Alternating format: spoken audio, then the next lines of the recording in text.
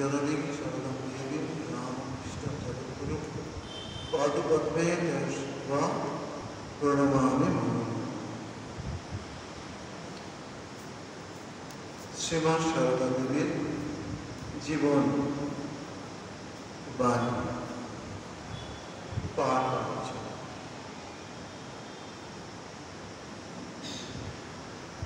आज श्रीमा शारदा देवी शुधुमात्र बांकुड़ा जिलार जयरामबाटीते सीमाबद्ध ता ना कत कत देशी शारदा मा भावधारा जीवनी बाणी छड़िए पड़ছে हठाৎ मने पड़ছে बेश किछु बछर आगे तखन बोध आमार सादा कापड़ छिलो आमि दिल्लीते अवस्थान करछि दिल्लीते रामकृष्ण मिशन देखलाम टेबिले एकटी बई যতদূর মনে পড়ছে সম্বিত বলে একটি পত্রিকা তাতে দেখলাম মায়ের উপর একটি জীবনী মায়ের জীবনের ঘটনা সেখানে দেখলাম যে একটি জেলের বন্দী কত বছর ছিল তা জানা নেই সেই জেলের বন্দির ঘটনা জেলে থাকতেন সে তো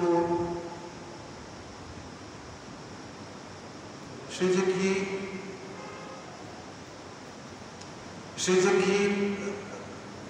ভেবেছিল জানা নাই তবে তার জীবন যে বেশ অন্ধকারময় সেটা সে বুঝেছে এরকম ক্ষেত্রে হঠাৎ তার কাছে একটি বই আসে সেই বইয়ের মধ্যে একটি মহিলার ছবি তিনি দেখতে পান তিনি কাউকে বলেন যে বইয়ের মধ্যে কত কি থাকতেই পারে তো সেই জায়গায় ছবিটা দেখে তা মনে হয়েছিল বড় আপনার কেউ এই ছবিটা তা একটু একটু করে পড়ে নিয়ে যাই আর তাতে দেখি সেই জেলের বন্দি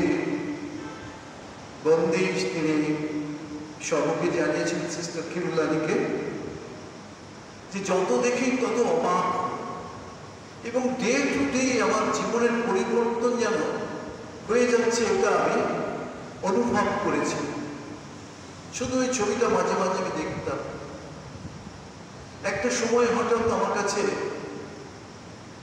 জেল থেকে ফরমান আসে তোমাকে জেল থেকে ছেড়ে দেওয়া হবে তো আমি সেই জেল থেকে বেরিয়ে ঘুরতে ঘুরতে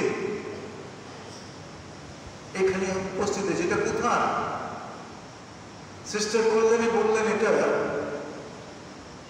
একটি আশ্রমে আপনি এসেছেন সিস্টার কল্যাণী লিখছে লক্ষ লক্ষ চুল কেমন যেন একটা অদ্ভুত দেখতে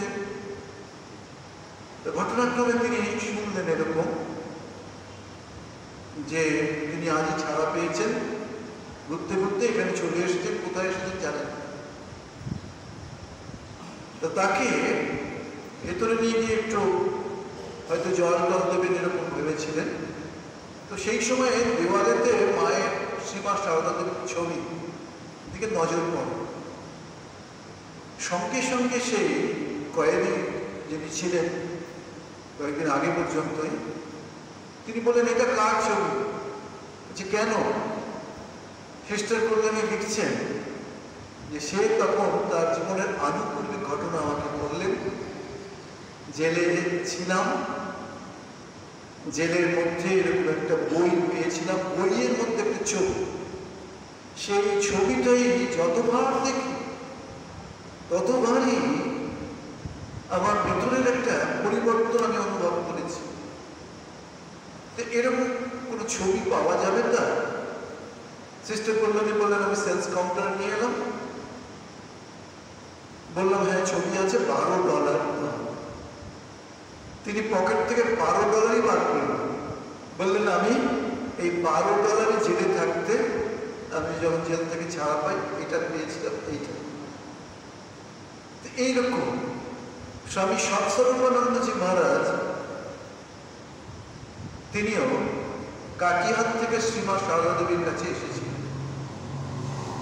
কাটিহারে যে মেসে তিনি থাকতেন সেখানে স্বামী জ্ঞান মহারাজ বা জ্ঞান মহারাজ যিনি জ্ঞানানন্দজি হবেন, তো উনি আসা যাওয়া করতেন, সেই সাধুকে দেখতেন। তো তারই এক আকর্ষণে তিনি জয়রামবাটিতে এসে পৌঁছেছেন। ইনি একটু বেদান্তিক পন্থী। তো তিনি মায়ের সম্বন্ধে লিখতে গিয়ে বেশি লেখেননি, অল্প কথা লিখেছেন, কিন্তু আমার কাছে বেশ ভালো লেগেছে। বলছে শাস্ত্রে কি বলছে? শাস্ত্রে বলছে নিরাকারা সাকার কস্তম বেদিতুম আত্মতি।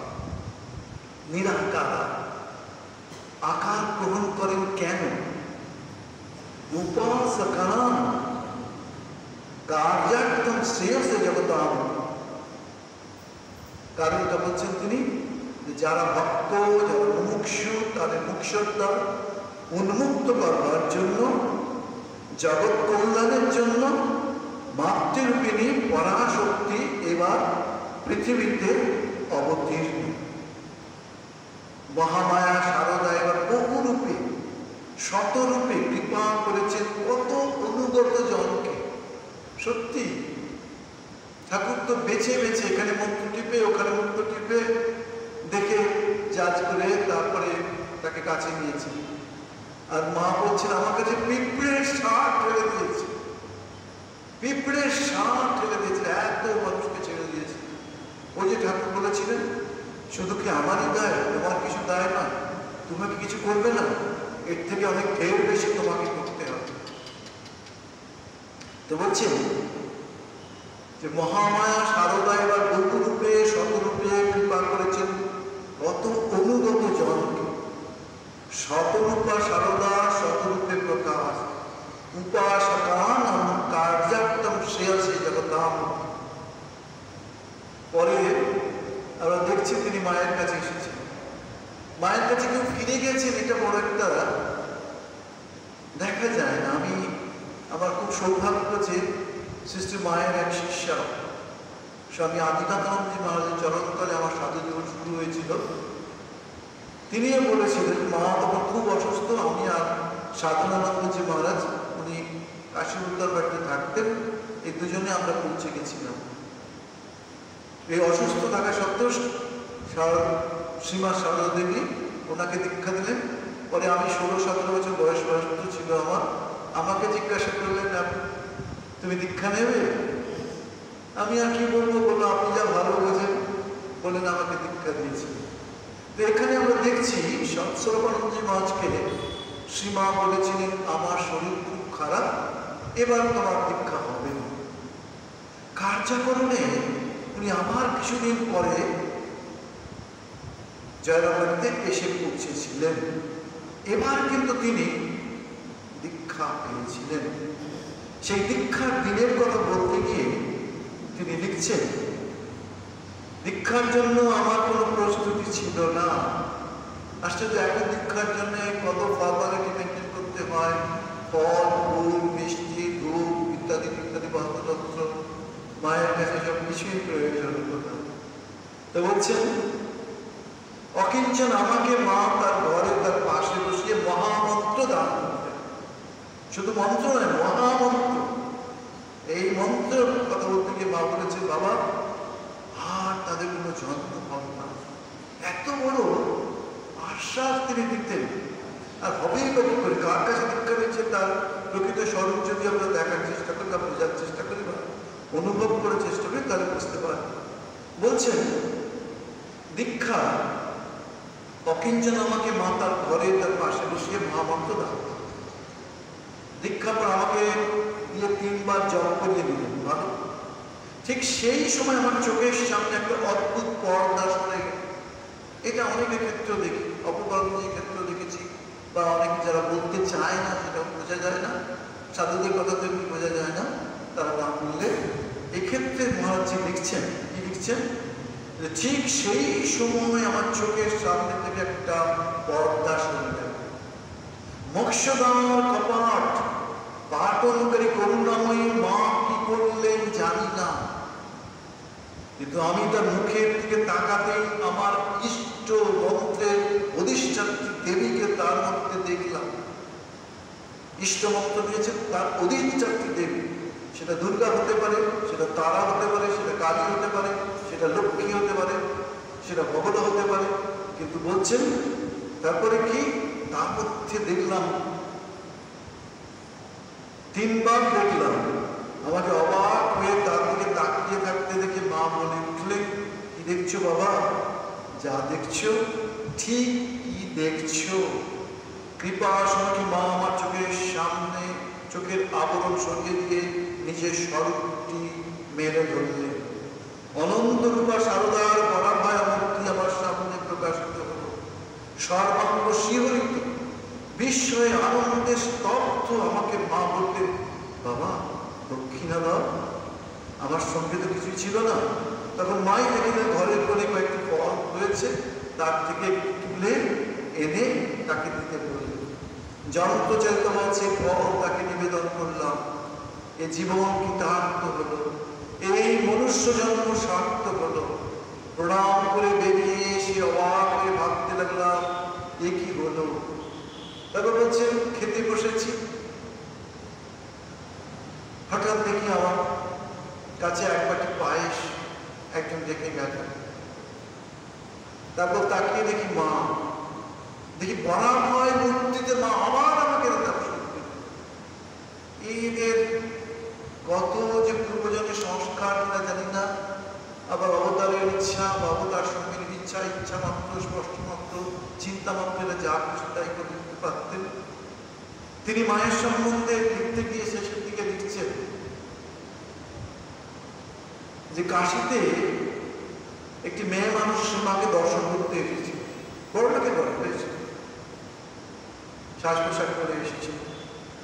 তো ঘরের শ্রীমাকে খুঁজছেন, কিন্তু মা শ্রীমাকে খুঁজতে খুঁজতে দেখেন যে যোগীর মা গোলাপ মা সব খানদানি মহিলা সব। তো গোলাপ মাকে তাকে ভালো লেগেছে, তিনি ওইদিকে এগিয়ে যাচ্ছেন। শ্রীমা সারদা দেবী মাও কথা কি বলছে, বলছেন হ্যাঁ যাও যাও ওইখানেই, ওই তো মা, ওকে প্রণাম করো। তো গোলাপ মা একবার বললেন না না আমি না উনি। আর দ্বিতীয় বারেতে তিনি একটি কথা আমাদের সকলের জন্য রেখে গেছেন, যেটার কথা পূজনীয় মহারাজজি বলছেন। কি বলছেন? বলছেন দেখছো না এমন মুখ কি মানুষের হয়, এমন একটা সেরিন মুখ। বলছে আমারও যতবারই মায়ের মুখখানি দেখবার অবকাশ হয়েছিল, শুধু মনে হয়েছিল এ মুখ কি মানুষের হয়, এ মুখ কি মানুষের হয়। স্বামী বিরজানন্দজি মহারাজের ছোট্ট ছেলে বা বিরজানন্দজি মহারাজ, তার বাড়িতে স্বামী বিবেকানন্দ যখন ছোট ছিলেন চাপা গাছে উঠেছিলেন। তার দাদু মহাশয় জানিয়েছিলেন উঠছে ওঠো, এখানে এই গাছে ব্রহ্মদৈত্যী আছে, ঘাট ঢুকে দেবে। স্বামীজি নেমে এসে বা ঘরের নেমে এসে বলেছিলেন যদি থাকতো তাহলে কবে আমারই ঘাট ঢুকে দিত, তোরাও যেমন। তো সেই বিরজানন্দজি মহারাজ জগদ্ধাত্রী পুজো দেখবার জন্য আর কয়েকজন মহারাজজি, শারদানন্দজি আরো কয়েকজনের সঙ্গে উনি জয়রামবাটি গিয়েছে। তো আমরা বইয়ের মধ্যে পাই পুজো টুজো হয়ে গেছে, ম্যালেরিয়ার জায়গা, ম্যালেরিয়ায় আক্রান্ত হয়ে পড়েছেন। প্রতিদিনই মা সকালবেলা বেরিয়ে এসে জিজ্ঞাসা করেন বাবা আজ কেমন আছো। কয়েকদিনের মধ্যে তাদের মনে হলো এইভাবে যদি আমরা থাকি তাহলে মায়ের অনেক কষ্ট বেঁধে যাবে। সত্যি তাই, ভরত মাস দেখছেন জয়রামবাটিতে গিয়েছে, দেখছি ভোরবেলায় মা একটা ঘটি নিয়ে এগিয়ে যাচ্ছে, মায়ের পায়ে বাপ ছিল ঘোড়াতে করে। আমি জিজ্ঞাসা করি মা আপনি কোথায় চলেছেন? বলছে দেখো না একটু পোহালাদের বাড়ি যাচ্ছে। কেন? না দেখো এত ভক্ত টক্ত আসেন এখানে, একটু দুধ না হলে তারা করে চা খাবে। বলছে জগৎজননী নিজে এগিয়ে যাচ্ছে, বাড়িতে বাড়িতে খুঁজে দিচ্ছে, এটা তার দেখা। তো বিনোদন সময় বলছেন আমিও ঠিক করলাম বেরিয়ে যাব একদিন। তো সন্ধ্যেবেলা বলতেই মায়ের সেই থেকেই দেখা গেছে চোখের জলের বিরাম নেই। পরের দিন আমাদের গরুর গাড়ি এসেছে, আমরা গরুর গাড়িতে উঠেছি। মা মাঝে মাঝে বলছেন আর কয়েকটা দিকে থাকলে হতো না, থাকলে হতো না। বলছেন যে যেটা আমরা কখনোই কল্পনা করতে পারি না, এই পৃথিবীতে দেখা যাবে কিনা জানি না, যে যত দূর যায় গরুর গাড়ি তত দূর শ্রীমা তাকিয়ে থাকেন আর এই নিজের বস্ত্রের আঁচল দিয়ে চোখ মোছেন। সন্তান চলে গেলে মায়ের কষ্ট। শ্রীমা ওই জন্য তো বলতেন পাতানো মা নয়, কথার কথার মা নয়, আমি গুরুপত্নী নয়, আমি তোমাদের সত্যিকারের মা, জন্ম জন্মান্তরের মা, চিরদিনের মা। তো বিরোধী মা ঘটনাটি অনেক সময় এরকম বলতেন। আমরা পাই ঘাটালের একটা ভক্তের কথা। ঘাটালের একটা ভক্ত শ্রীমার বাড়ির উদ্বোধনে এসে হাজির। শ্রীমাকে তারা দেখলেন, যখন অনেকে দাঁড়িয়ে আছেন তখন শ্রীমা একবার মুখটা ওদিকে নিয়ে এসেছে। তারা জিজ্ঞাসা করলেন, আচ্ছা এখানে কি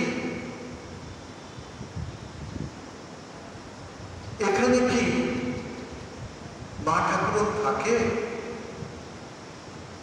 শ্রীমা বললেন হ্যাঁ, এখানে মা ঠাকুর থাকে। ব্যাস।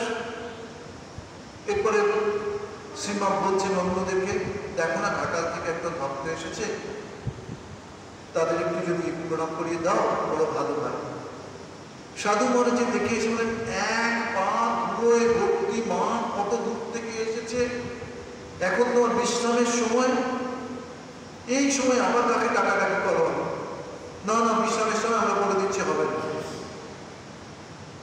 সবার মা তো বললেন, দেখো ওদের পায়ে ধুলো থাকতে পারে কিন্তু ওদের মনটা তো ভালো, যাও দেখে নাও, যাও। কতক্ষণ অপেক্ষা করে আছে। তো তারা যখন শ্রীমাকে দেখলেন ইনি, তারা বিস্মিত হলেন, তারা অবাক হলেন। জগৎজননীকে তারা দেখছেন, দর্শন করছেন, কিন্তু সেই দিন অঘটন ঘটন ঘটিয়েছে, তো প্রচুর ফল মিষ্টি এসে গেছে।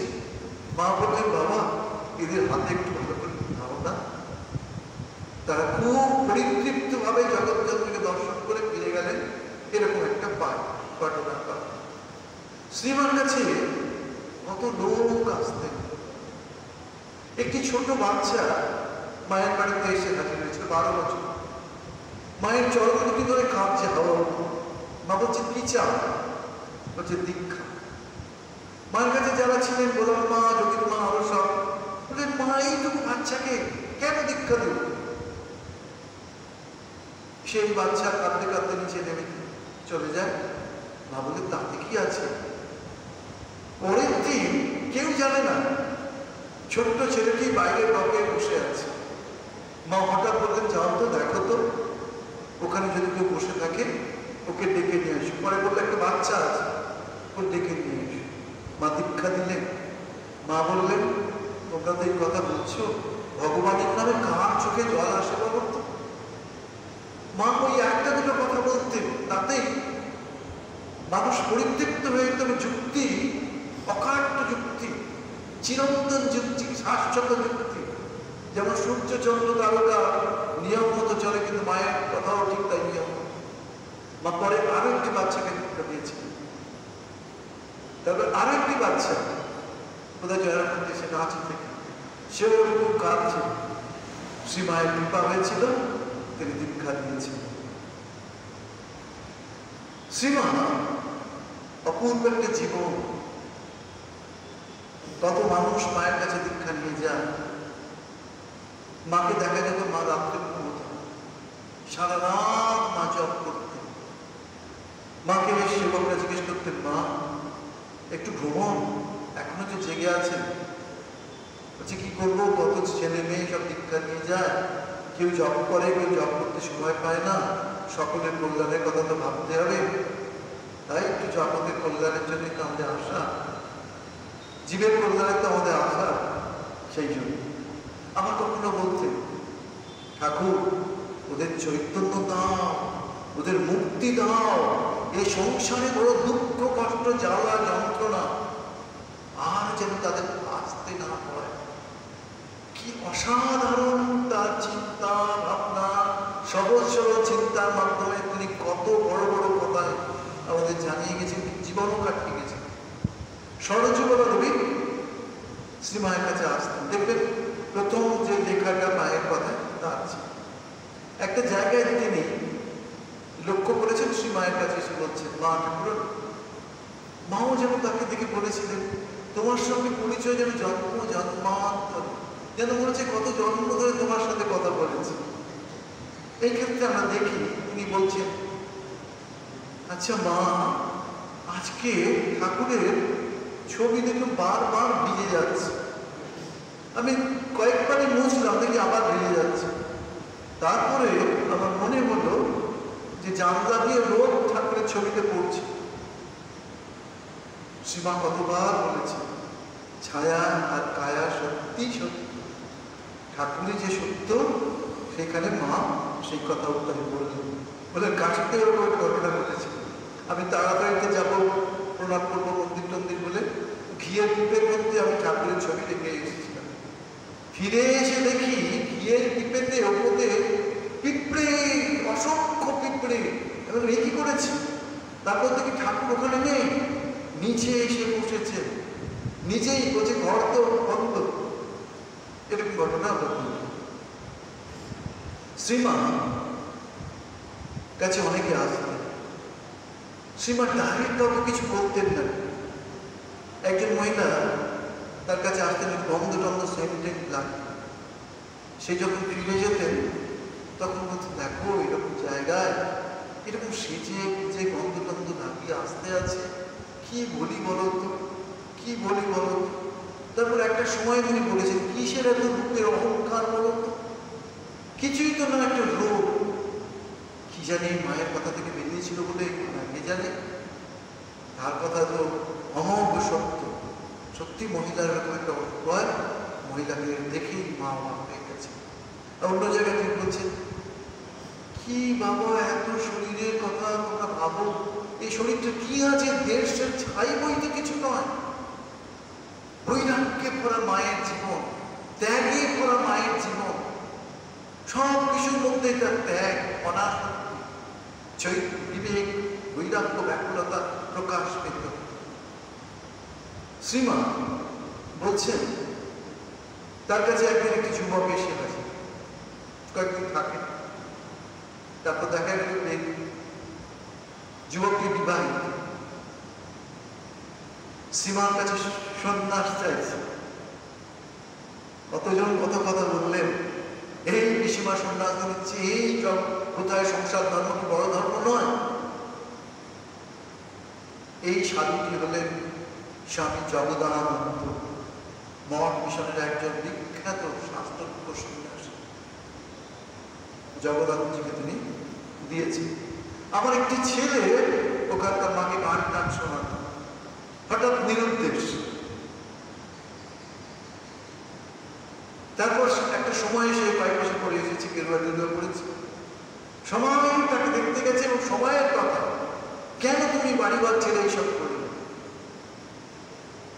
শ্রীমাই একমাত্র যিনি গিয়ে বললেন, বাবা ভালো করেছে, বেশ করেছে, বেশ করেছে। 3 বার এরকম কথা বলে তিনি চলে আসেন। আমরা এটাও দেখি, ত্যাগের প্রতিমূর্তি শ্রীমা। বলছেন যে জয়রামবাটির নতুন ডিসপেন্সারিতে স্পিরিট এসেছে, এই স্পিরিট লাগালে মায়ের কিন্তু বাতের ব্যথা অনেক উপশম হয়। মাকে বলা হলো, মা ওই তো অল্প একটু, মা কিন্তু অ্যাকসেপ্ট করলেন না স্পিরিট। তিনি বললেন, গরিবের জন্য জিনিস এসেছে, সেটা আমাকে কেন লাগাবে, না না তা হয় না। আবার এমনও হয়েছে, একজন এসে বললেন, মঠে অনেক টাকা পড়েছে, কিসের জন্য, ঠাকুরের সেবা, সাধু সেবা ইত্যাদির জন্য। মা হঠাৎ বললেন, আর তো অসহায় দুঃখী মানুষের জন্য কিছু আসেনি। মায়ের একটা খেদোক্তি যারা শুনে তারা নয়। আমরা এটাও দেখি, কি দেখি? অদ্ভুত অদ্ভুত ঘটনা। জন্মান্তরের মা, সত্যিই তাই। আমি লিন্ডা ব্রুককে দেখেছি। লিন্ডা ব্রুক জয়রামবাটিতে এসেছে।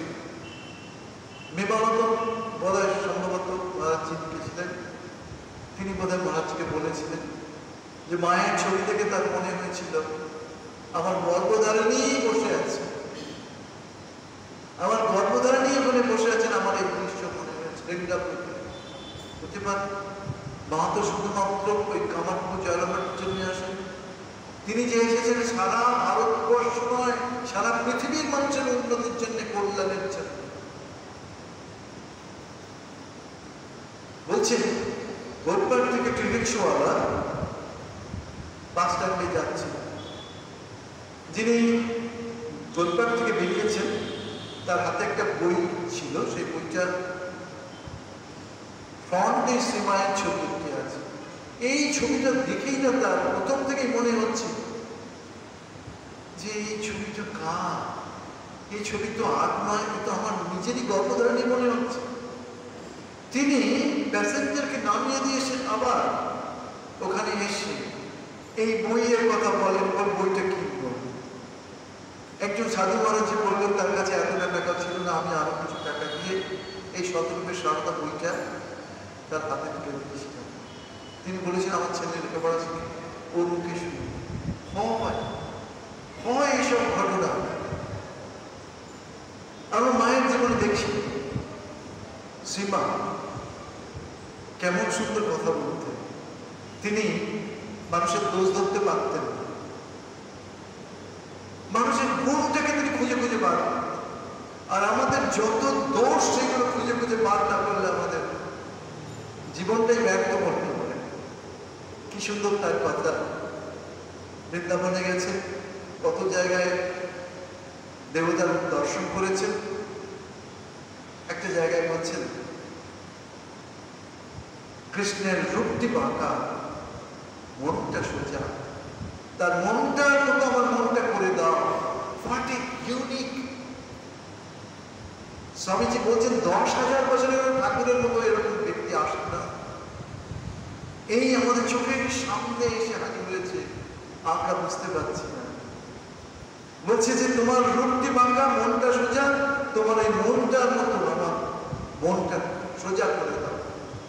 বলছে পরে দোষ দেখতে দোষ দেখাটা স্বভাব হয়ে যায়। বাবা কত কষ্ট করে এটাকে আমি সরিয়েছি। অর্থাৎ সীমা এই জায়গা থেকে মুক্ত হয়েছিল। আবার এটাও আমরা দেখি যে স্বামী লক্ষ্মীশ্বরজি মহারাজ বাংলাদেশে যুদ্ধের সময় ফিরছিলেন, হঠাৎ মনে হচ্ছে অনেকটা এসেছি, ওদের রিলেটিভের কাজে ব্যস্ত ছিলেন, গাড়ি নিয়ে গেছিলেন জিপ নিয়ে, একটা চায়ের দোকানের সামনে এসে বসে দাঁড়িয়েছিলেন। সেই চায়ের দোকানে ছেলেটিকে দেখলেন যে হিন্দু ছেলে নয়, মক্কা মদিনার ছবি রয়েছে। হঠাৎ দেখলেন একটা ক্যালেন্ডার, সেই ক্যালেন্ডারটা দেখে মায়ের ছবি শ্রীমা।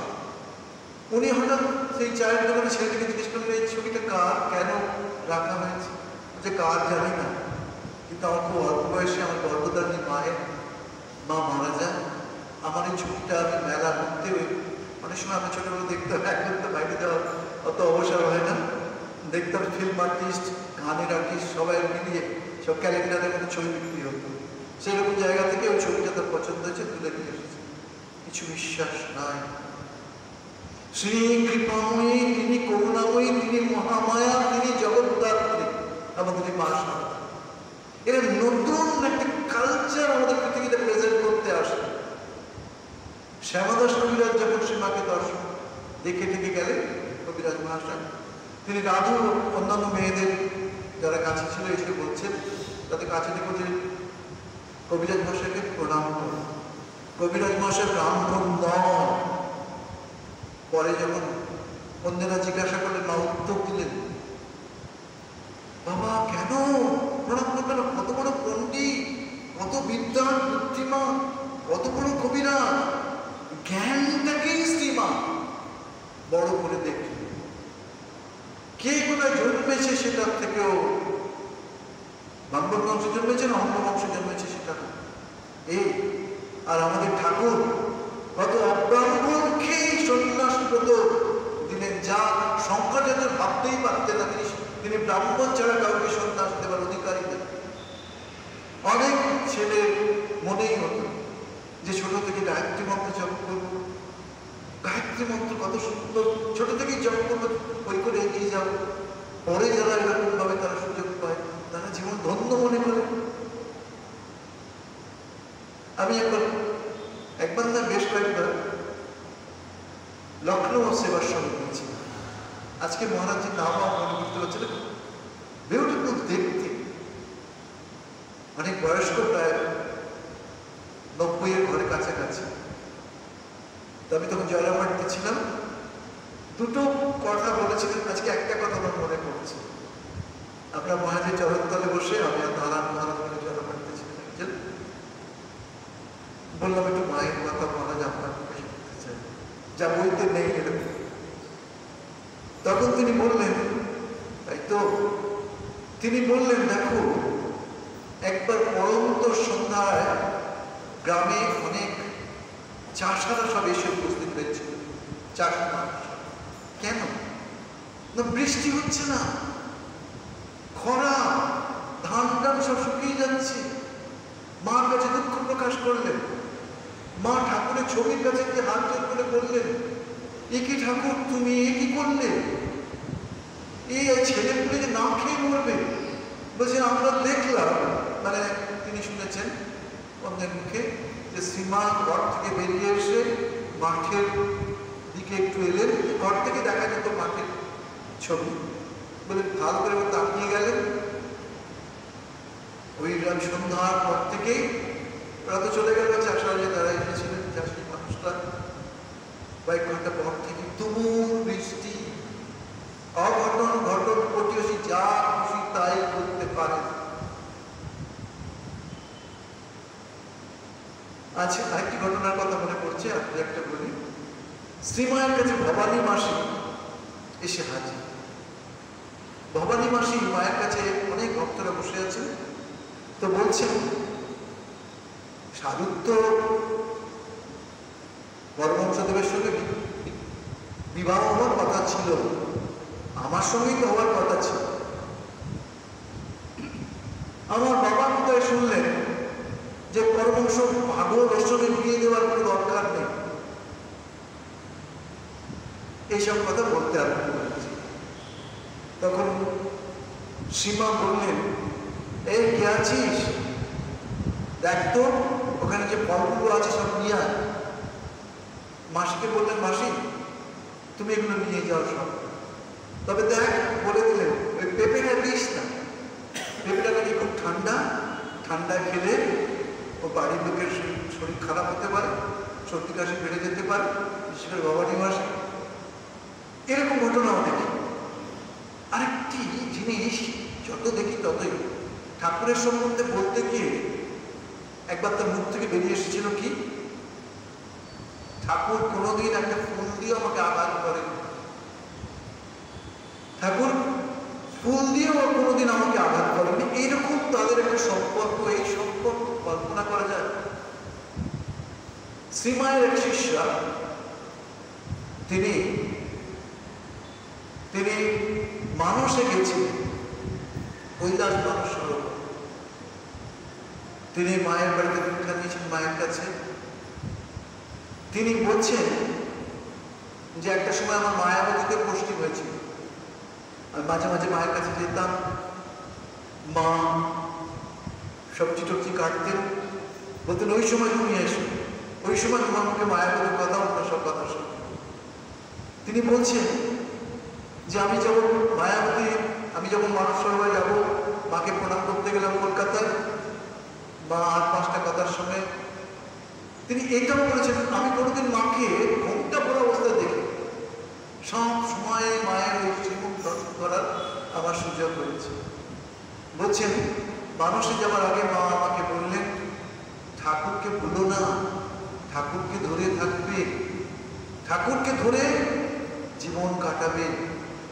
বলছেন তারপরে মাকে আমার কখনো আর দেখা হয়নি, তবে আমি বিস্মিত, আমি অভিভূত আমি মানুষ দর্শন করে ফিরেছি। বলছে মানুষ দিতে যাওয়ার পথে আলমোড়া জেলার ভেতরে এক জায়গায় কয়েকদিন বিশ্রাম করছিলাম, ওনার নিজের লেখা সেখানে কয়েকজন পরিচিত ব্যবসায়ী আতিথ্য নিয়েছিলাম, গ্রহণ করেছিল। একটা ছোট বাড়িতে আমাদের থাকতে দেওয়া হয়েছিল। সেখানে প্রথম বা দ্বিতীয় রাত্রিতে আমি একটা স্বপ্ন দেখি। ঘুম ভাঙার পর ঘড়িতে দেখেছিলাম রাত 2টো। কি দেখেছিলেন তিনি স্বপ্নে? অবাক করা ঘটনা। সীমা শরীর ছাড়ছে কলকাতায় বাগবাজারে, আর তিনি ওই রকম একটা পাহাড়ি অঞ্চলে একজন আতিথ্য বাড়িতে আছে, সেখানেই স্বপ্ন দেখছেন শ্রীমা। কি দেখছেন? স্বপ্নে দেখলাম শ্রী মাকে যেন অপূর্ব সাজে সাজানো হয়েছে। অপূর্ব কি ভালো, নিজেই ব্যাখ্যা করছে।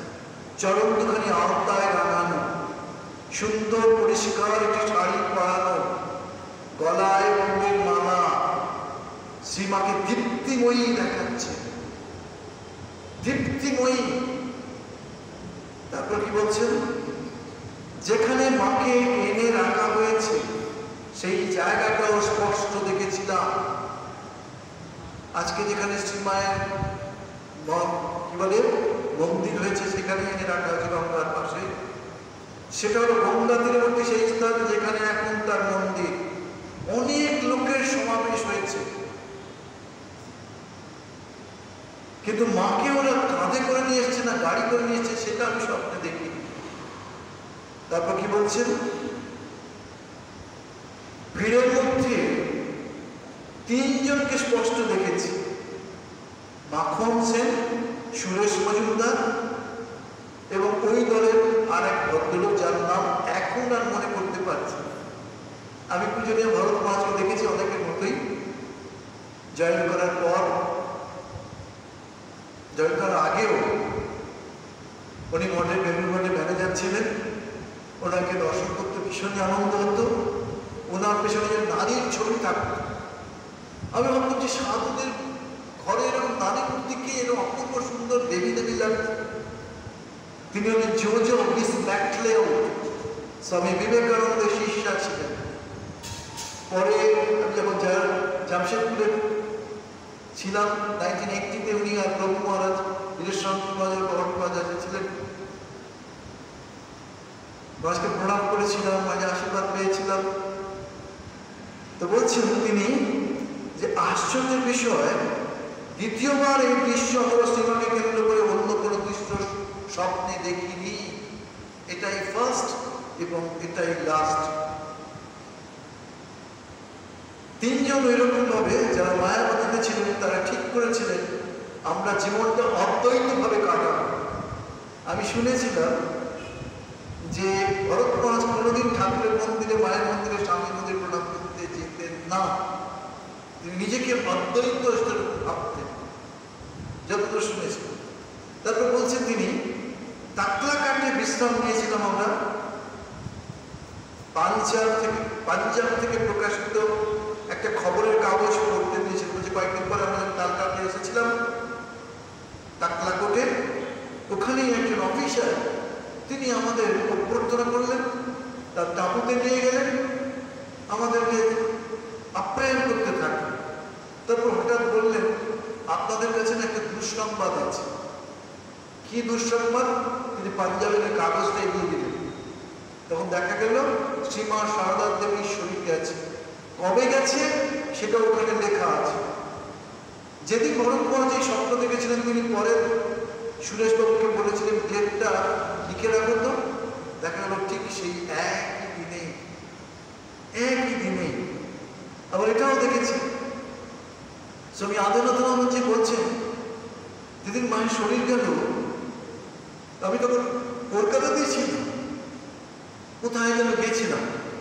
হঠাৎ ট্রামে উঠতে যাবো, কে যেন বললেন শুনেছ মা ঠাকুরটা শরীর গেছে। আমি ওনার মুখে প্রথম শুনলাম, তখন ছুটে এলাম মাকে দর্শন করতে। আমি কোনো তাকে দেখিনি, পরিচয় নেই, এরকম ঘটনা। মনে ছিল মা যেন ঘরের সাজি। জয়রামবাটিতে একরকম ভাবে থাকতেন আর কলকাতায় আরেকরকম থাকতেন। কলকাতায় একদম ঢেকে ঢুকে যেন একদম বন্দি অবস্থা, জয়রামবাটিতে খোলা জায়গার মধ্যে তার জীবনযাপন। তো তিনি বলতে গিয়ে বলছেন সরলতা এবং পবিত্রতার প্রতিমূর্তি তিনি ছিলেন।